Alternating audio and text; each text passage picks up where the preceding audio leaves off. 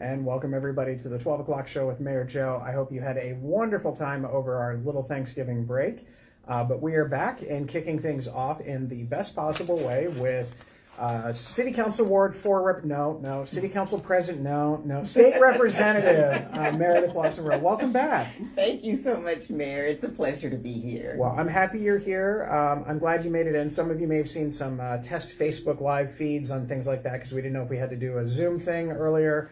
So we were trying to figure that out, but we are happy to have you in studio, which is basically the other half of my office. And we appreciate it. I've got some good questions for you. I've got a dissertation from Neil Whitman that's got some great questions there as well, but we'll go ahead and jump right in. My cerebral friend. Yes, cerebral indeed. First of all, just can you tell us the status of Avery's Law? We know that you were a big part of pushing that through on at the House level, so where are we at? Because I'm not sure everybody out there knows. Thank you for that question. I am so thrilled to share that Avery's Law, let's see. So we started out way back in April when I dropped the bill. So I'm just going to give you the timeline if you'll humor me. So we dropped the bill. The big guy with the bill comes along and he starts singing like that. I'm just a bill. That part, yes, on Capitol Hill. Yeah. Well, not Capitol Hill, not D.C., but I guess the steps of the State House in Ohio. So we dropped the bill.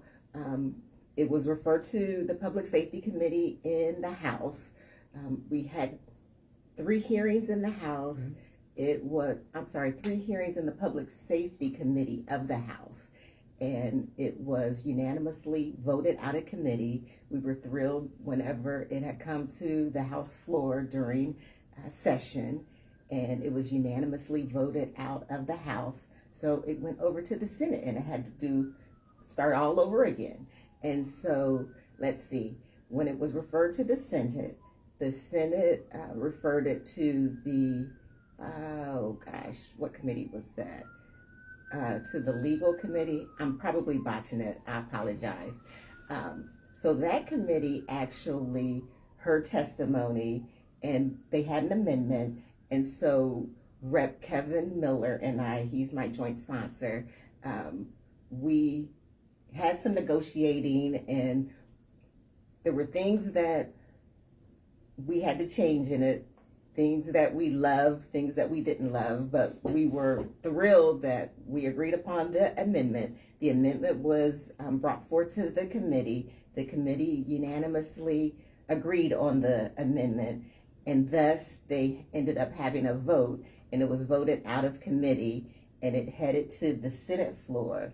And it headed to the Senate floor on November 19th when we had our mini lame duck. And let me tell you, if that's a mini lame duck, I don't know what a full-grown duck will be. Brace yourself. Yes. So whenever let's see. So the Senate had voted it on the Senate floor. It was unanimous. So then the concurrent resolution had come over to the House, and Rep. Kevin Miller and I were able to speak on the bill.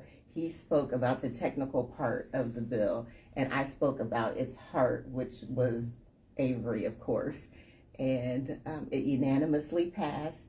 The concurrence unanimously passed the House. And so now we're on our way to the governor's office. Mm-hmm. And we are so excited. So I'm checking my email every day to find out when I receive my invitation to the ceremonial signing. And that's when we will invite Avery and her family and Attorney Shook and the assistant attorney's name, America. Yeah. So they will be invited. And so we're just so thrilled that we are chipping away at the bill, at the law that's been on the Ohio books for more than 10 years. And helping Avery and her family turn their pain into purpose. This is what Drew, her mom, says all the time. I have goosebumps repeating her words, to change their pain into purpose, and to there was another quote, and I'm messing it up, but it was something about I'm misquoting, but their trial into triumph. Yeah. And I'm pleased just to be a small part of It's a little their bit more story. than a small part, but I gotcha. I gotcha. Thank you. Well, I'm looking forward to that. That is truly, I mean, for people that are out there, if they want to know, this is something that you would think that would be a relatively, I don't want to call it a no-brainer, but it is something that is a relatively simple thing to understand. This is, about what to do to try and prevent or to make sure that you can deter future attacks like this. And this is something that I think, as you heard said, multiple unanimous votes. Imagine the process going for something that is much more complex or a little bit more nuanced, or people that have different views. So when you talk about like government in action, even when everything seems like a simple thing, there is a process to go through, let alone some of the other topics, which leads me into my next questions. An incredibly simple topic, of course, property taxes. In my humble opinion, most of the legislation that have been passed recently from at the state level to address property taxes are things that nibble around the edges. They don't actually address the real issues of property taxes, in my opinion. But I also understand that it's an incredibly complex topic, because if you pull a little on this side, then what happens to this, and all of those different types of things. So in what little time is left during this General Assembly, which we'll get to in a little bit, where are we at? What's the conversation been about property taxes? Well, we don't have that long for me to go through that dissertation of what we talk about, especially with Neil's questions. Property taxes. Let me just, first of all, it's complex to your point, but I think we make it more complex than what it really is. So at the end of the day, whenever I am, at town halls, talking to people, talking to neighbors, when we talk about property taxes, I always say, I don't know about you, but I want the police to show up when I call. I don't know about you, but I want fire and EMS to show up when I have an emergency. I don't know about you. Shout out to the snow crews. I don't know about you, but when I leave my house yesterday, I was grateful that my roads were passable, and now they are pristine, and I don't live on a major thoroughfare. So when it comes to property taxes, we are kicking the can down the road. When it comes to our schools, we're kicking the can down the road because... Or we're squashing it entirely. That's just me. Our property taxes are supposed to provide the services that our municipalities are in charge of, making our lives easier, picking up trash day. Shout out to our sanitation workers.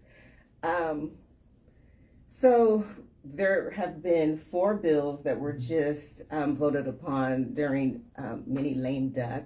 And I don't know if I should say I'm proud or sadly I voted no for all of those, because they weren't offering real relief to folks in the community. Mm-hmm. They're offering more relief to those of us, and I say us because we're community, but those of us who are making the most money, those of us who have those rich communities that can fund their schools. Meanwhile, those of us who are on the 20 mil floor, which is a whole nother talk show, we're being asked to do more with less. Mm-hmm. And some of my colleagues will say, well, if you need more funding, just put it on the ballot. Mm-hmm. Excuse me, sir, excuse me, ma'am. There's several of my school districts within my house district who have had failed levies. Now, what are we doing? Are we pitting our seniors against our kids? Because I understand, I sit down at my kitchen table and figure out what my bills are, and I rob Peter in order to pay Paul. And yes, I've owed state taxes, and yes, I've paid them off. But when it comes to, I'm just like everybody else. We're all trying to figure out how are we going to, maintain our homes. If we have kids,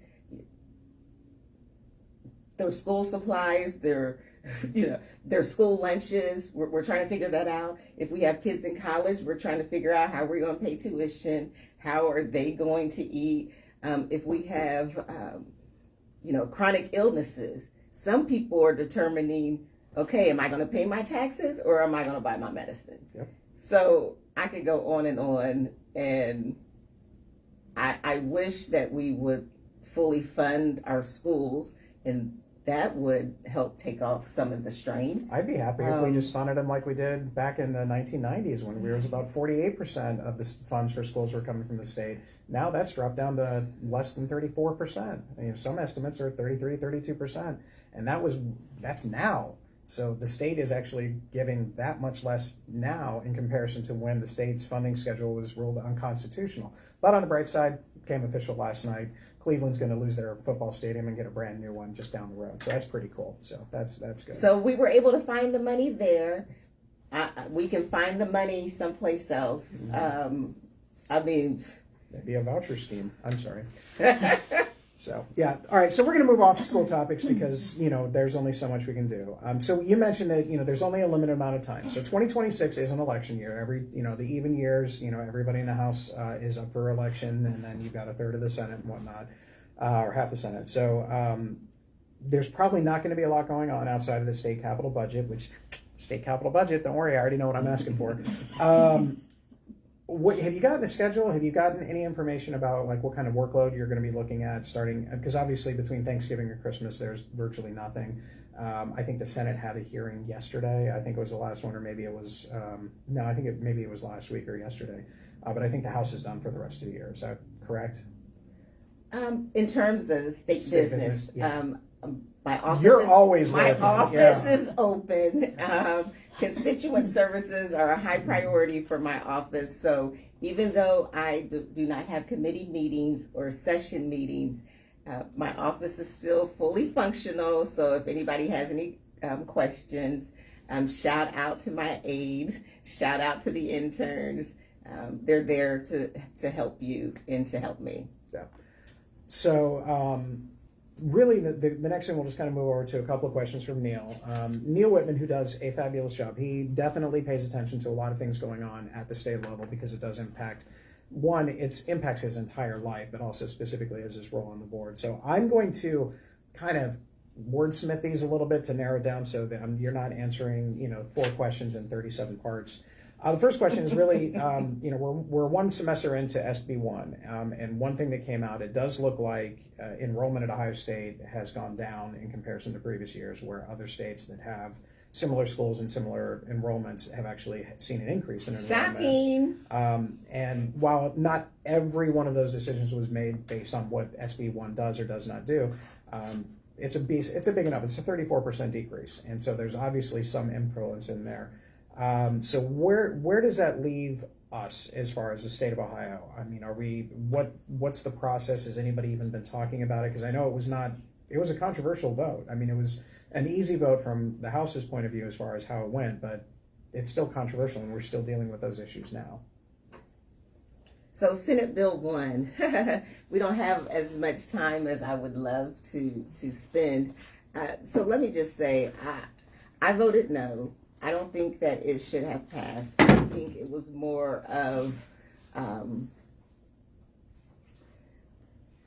inputting policy to undo whatever equity that we have as a state have risen to thus far. And let's call it spade a spade. I think a lot of the focus were the dog whistles for Black and brown people.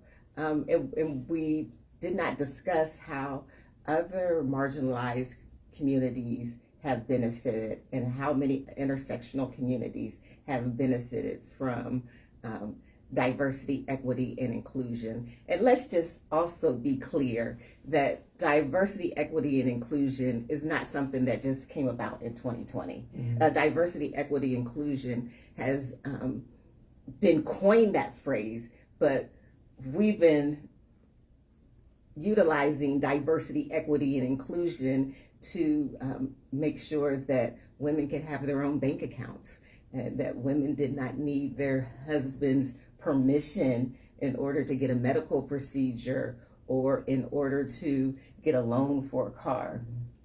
Let's go back. even beyond that, well, forward in the 70s, those of us that are differently abled, our world would look a lot different had those activists not fought for the policies that we have in place today. So DEI, as so many like to frame it, as it being negative, really makes our world better. And just because you've taken away a policy does not mean that you've taken away a heart of doing good and doing right and making our world a better place. So I think back to, in my culture, my family, I am the fourth or sixth generation of Ohioans. And when my great-grandparents moved here, do you think that there was diversity, equity, and inclusion in place for them? Absolutely not. But do you think that they decided to forge ahead and said, we're going to make a way out of no way? Absolutely. That's why I stand here today. That's why I have two generations behind me. So enrollment may be down, yes. There's professors that I remember hearing of that had chosen not to renew their contracts. I don't have that in writing, but I do have a note here that came from the Columbus Dispatch that I'd love to share. Christopher McKnight Nichols, he's an OSU history professor and member of the AAUP Legislative Committee, says, faculty, especially those without tenure, feel constrained and vulnerable. First-year professors are on edge. Can you imagine being a first year in your career and you're trying to do a great job and then you have all these policies in place? Of course you would be on edge. Of course you would be a nervous wreck. Can I teach? Well, talking to a school teacher, there's opportunities to include controversial discussions, but that's how we learn and that's how we grow.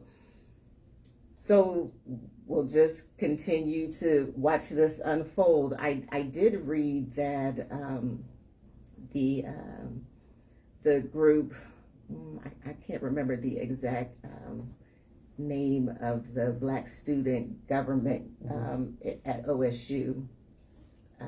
They've lost a lot of their funding, and they will continue making a welcoming environment for those African American students to congregate and come together and to build community. And let's face it, I don't care if if everyone is the same, which would be a very boring world, but if everyone is the same, we are different in some respects. Yeah. And if you just look at your own family, we have the same DNA, but we're different in some respects, and we must celebrate. And I learn from people that aren't like me, and I tell, not to be too personal, but my daughter's personality is different than mine, and I share with her all the time that sometimes I wish that I had some of her and so on. So I think this is a hurdle, this is a speed bump, but in this world, in this work, we have to continue to fight for another day, and this is not over. This is just the beginning. Yeah. And I think we're gonna see these impacts, specifically when you talk about teaching of controversial topics. We were talking actually just the other day, with everything going on online, topics that at one point in time were viewed as, I don't want to call it settled history because that's not the most accurate way to say it, but things that 20 years ago were like, yeah, that's what, now all of a sudden, this disinformation campaign that's out there that's talking about these various things throughout history that are no longer accurate, that are no longer the truth, or that there's conspiratorial theories that things didn't happen or things that did and all of this other stuff.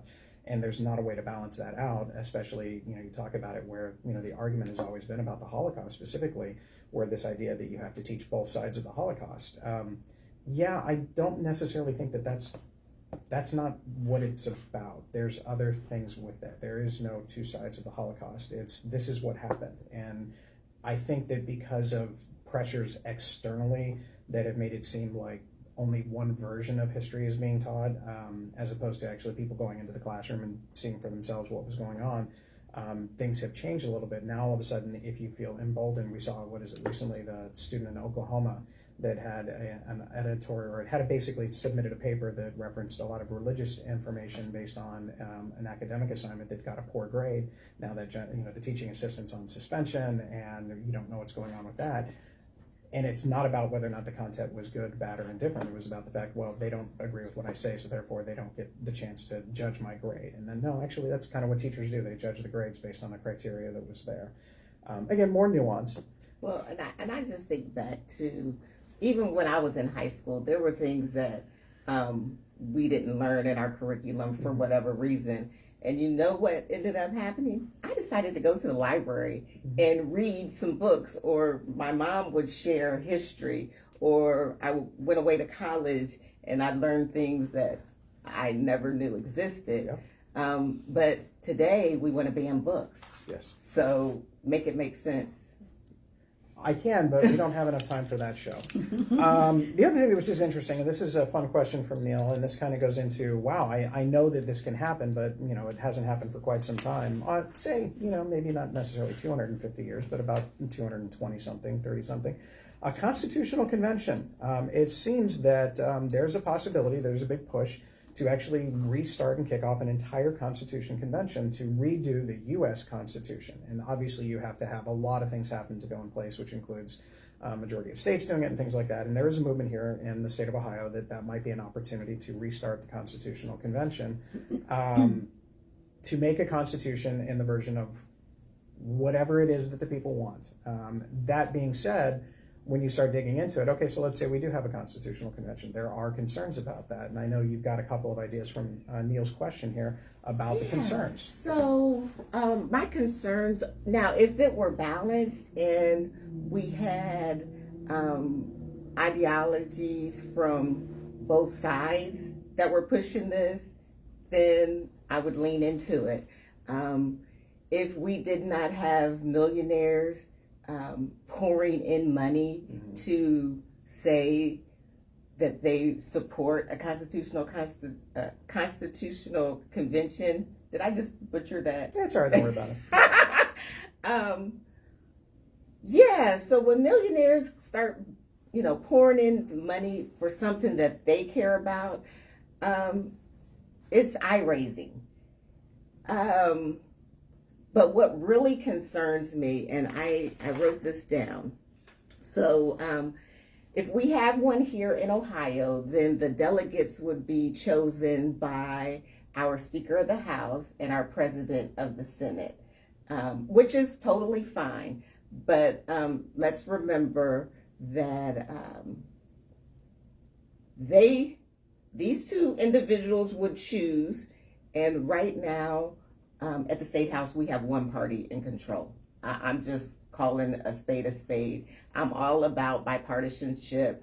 I can work with this frog across the street. I can work with anybody, but let's just call a spade a spade. Our State House is ruled by one party, and so the one party would actually determine who our delegates are. And that's concerning because voices are being squelched. So say, for instance, if, I'm just making this up, say, for instance, we get to have 10 delegates from the House and 10 delegates from the Senate. Well, because my party is in the super minority, just like a committee, there's more Republicans than Democrats. And unless it's something that we can all agree on, a lot of times it's the votes go straight party lines, or those that may feel like they're in vulnerable districts and they have to speak to everybody. My concern are voices would be squelched. And I think it's disingenuous because I understand the reason why, and I've seen some of the commentary about, there are issues. The Constitution was written a long time ago. A lot of things that were applicable at that point in time might not necessarily see that same version today. Oh, may I interject? Yeah. So when the Constitution was created, let's think back to the 1700s, and who were the centering folks? I think they were landowners who were white men. So that means if you were poor and you were white, you didn't have a vote. If you're a woman, forget about it. If you were black, you weren't even considered a human being. You were only considered three-fifths of a human being. So let's go back. If we want to really be fair, let's just dream like we're starting our own government back in the 1700s. And our founding fathers, wouldn't it be nice if they were founding parents?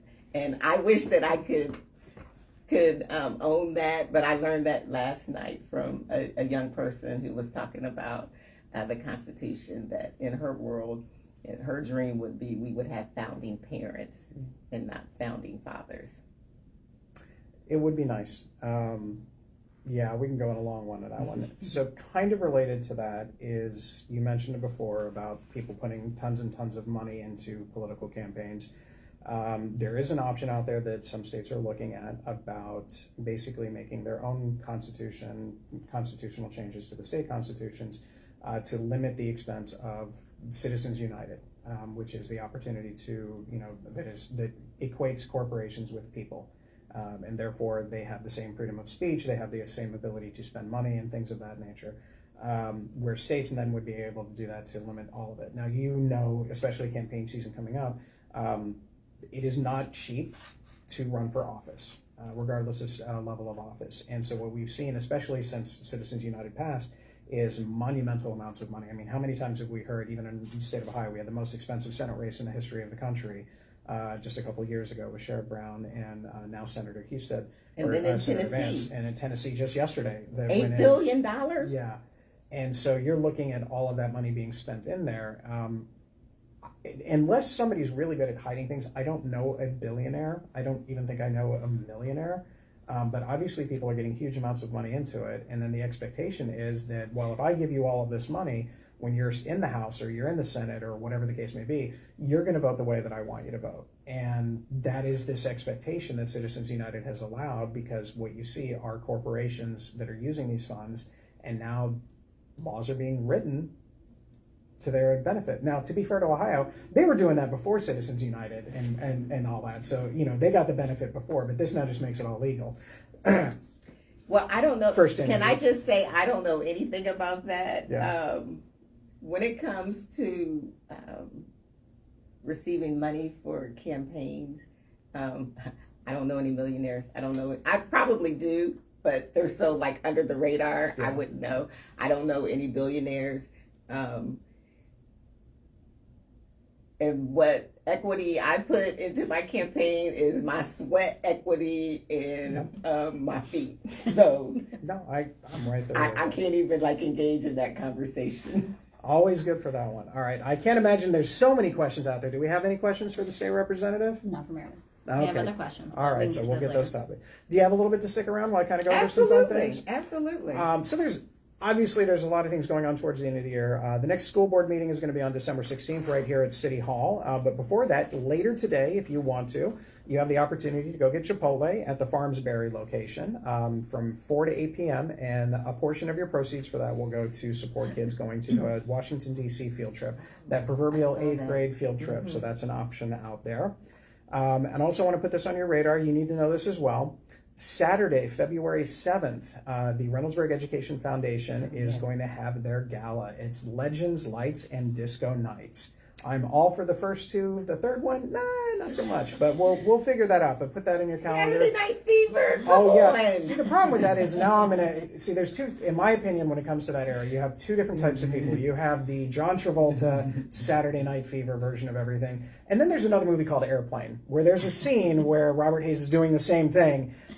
Guess which one I'm on now? Just throwing that out there for you. So, do we know where they're having the game? Not yet. I think this is just kind of like a save the date type of thing.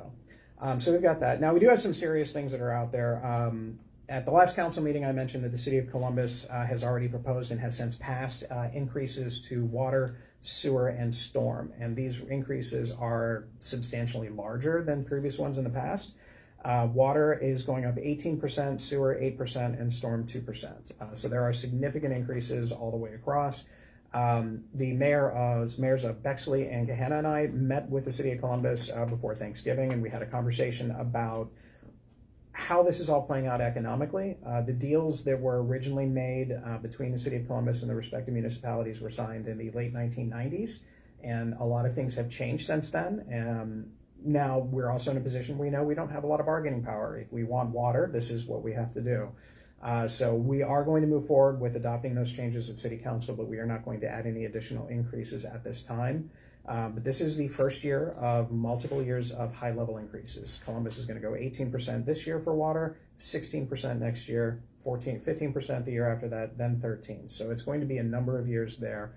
And that money is now being used to provide funding for a brand new water and sewer treatment plant, or water plant. That's about $2.1 billion.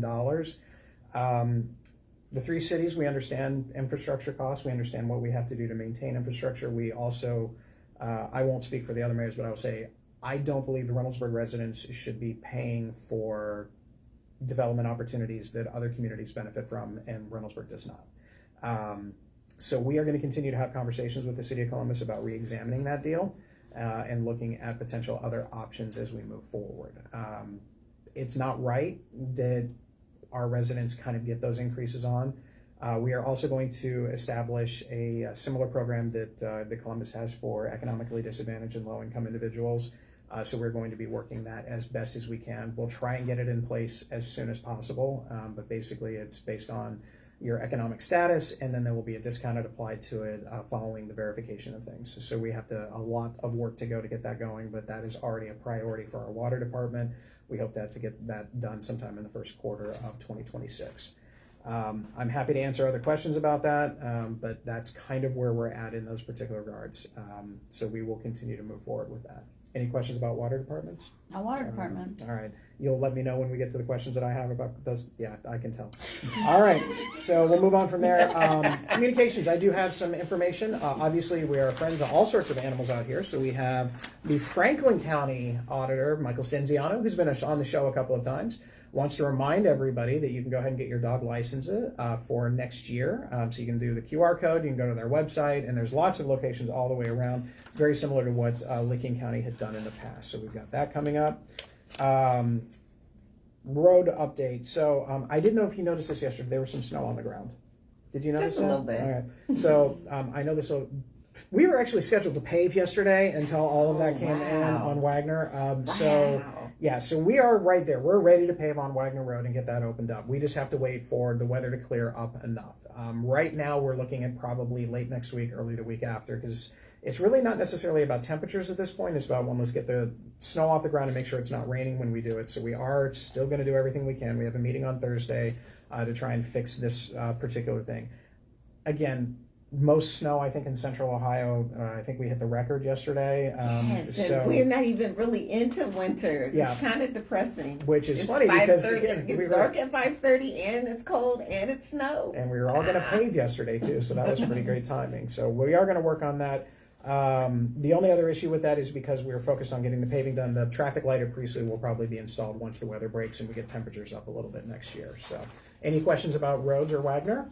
That you answered. I was asking when Wagner Road was going to be done. There you go. addressed that. So we've got that one. Again, we want to get it done once the paving is done and it's solidified and all that, which is basically same day. It'll be two-way traffic all the way across. Leaf collection will return as soon as there are leaves that can be seen. No, unfortunately, we cannot pick up your leaves if they're under about 4.5 inches of snow, but that's kind of where we're at. So hopefully when the snow melts away in the next week or so, we can get that program back out there.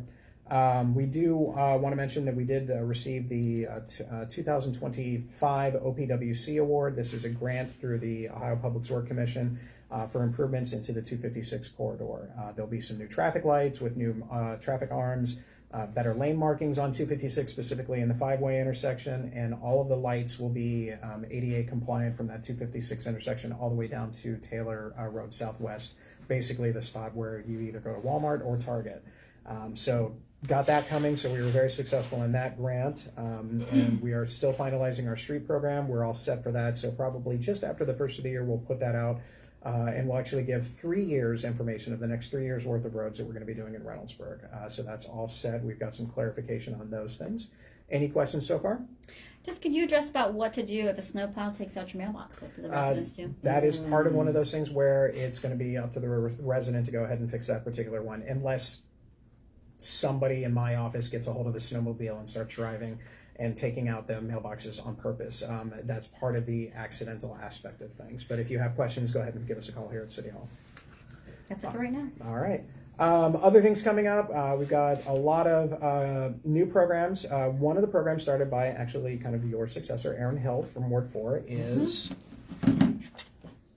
our non-branded, hot off the presses.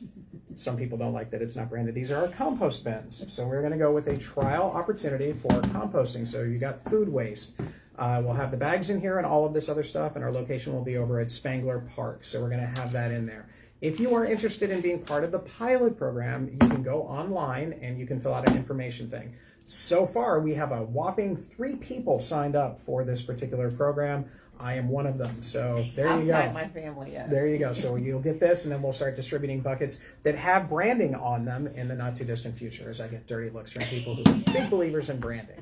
But we'll get so that in I there. have a question. Yep. So once I sign up, I'll get one of those fancy tubs. Yep, and then you take your tub and with the liner that is biodegradable, and then you'll go to Spangler Park where there'll be a section set up, and you can just dump away and then go back and start all over again. And that will help reduce some of the trash waste and some of the other things going on. If the program is successful and lots of people participate, this may be something that we may try and do on a larger scale where we have actual pickup options in the future. But again, right now we have 4 people that will be signed up. So could just be us walking to and say, hey, how you doing? So there you go. All right. Well, it's new. It is new. And how long has it been rolled out? Yeah, so we're not really too deep Okay, into it. So, okay. but shout out again to Councilwoman Erin Hill for that was one of the things that she wanted to see accomplished this year, and we got that one. So, bingo night at Eastside Brewery is going to be on December 16th. So if you want to play some bingo and have some frosty beverages, you've got that going on. This weekend there's a ton of things going on. We've got story time with Mrs. Claus on December 3rd with crafts and cookies and stories.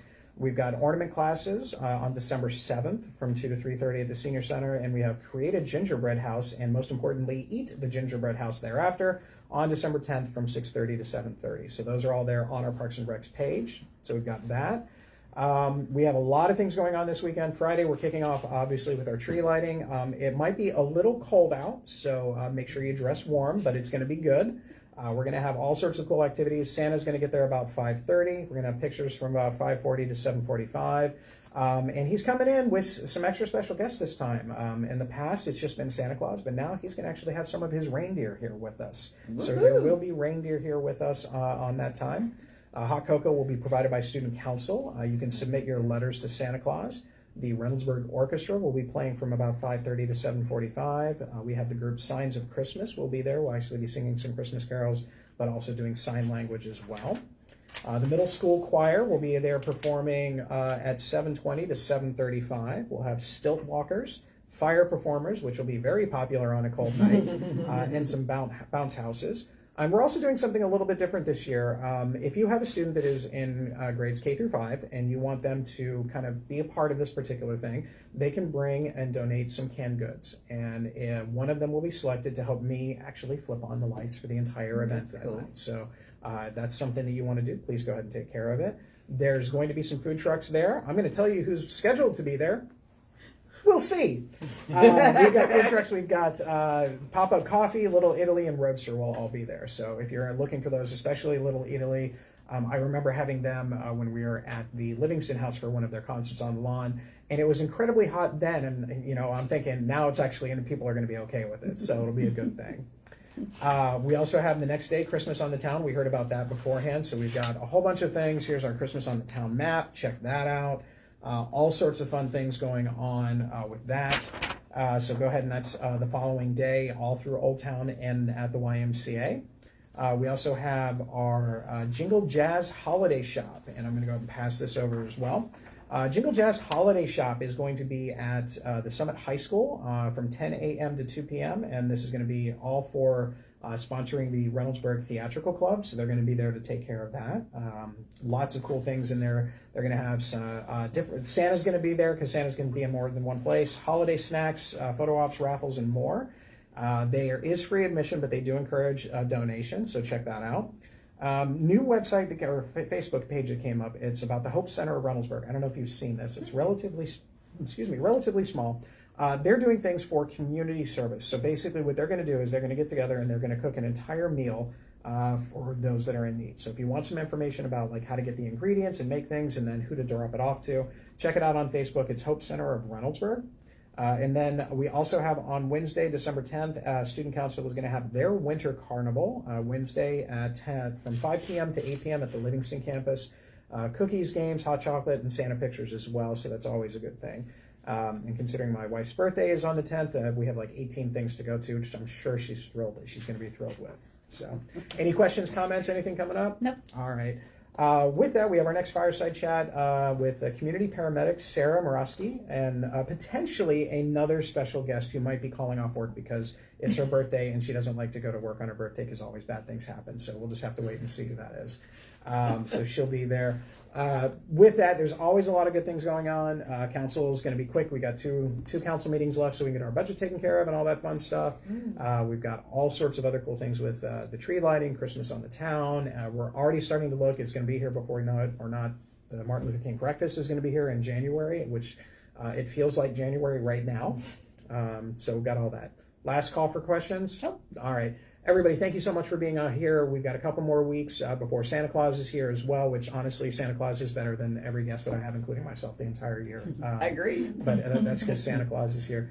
State Representative, I do appreciate you coming back to Reynoldsburg and sharing about everything that's going on at the State House. A privilege and an honor. Thank you. Well, your constituent services are phenomenal. Your ability, and I could have told people this a long time ago. What you're able to do to help people that have needs that don't require the governor's signature, I guess is probably the best way to say it. You do a lot of work with that and you keep involved, and obviously with Avery's Law takes it to that next level. So thank you for everything. Let us all know when that official signing is, because that'll be good. I'll be singing it from the rooftop. Oh, I bet you will. I bet you will. All right, everybody else, stay safe, stay respectful. And again, thanks to our snow warriors for getting out and plowing all the roads yesterday. That's right. They did a great job. Thanks again, and we'll see you next week. Bye-bye.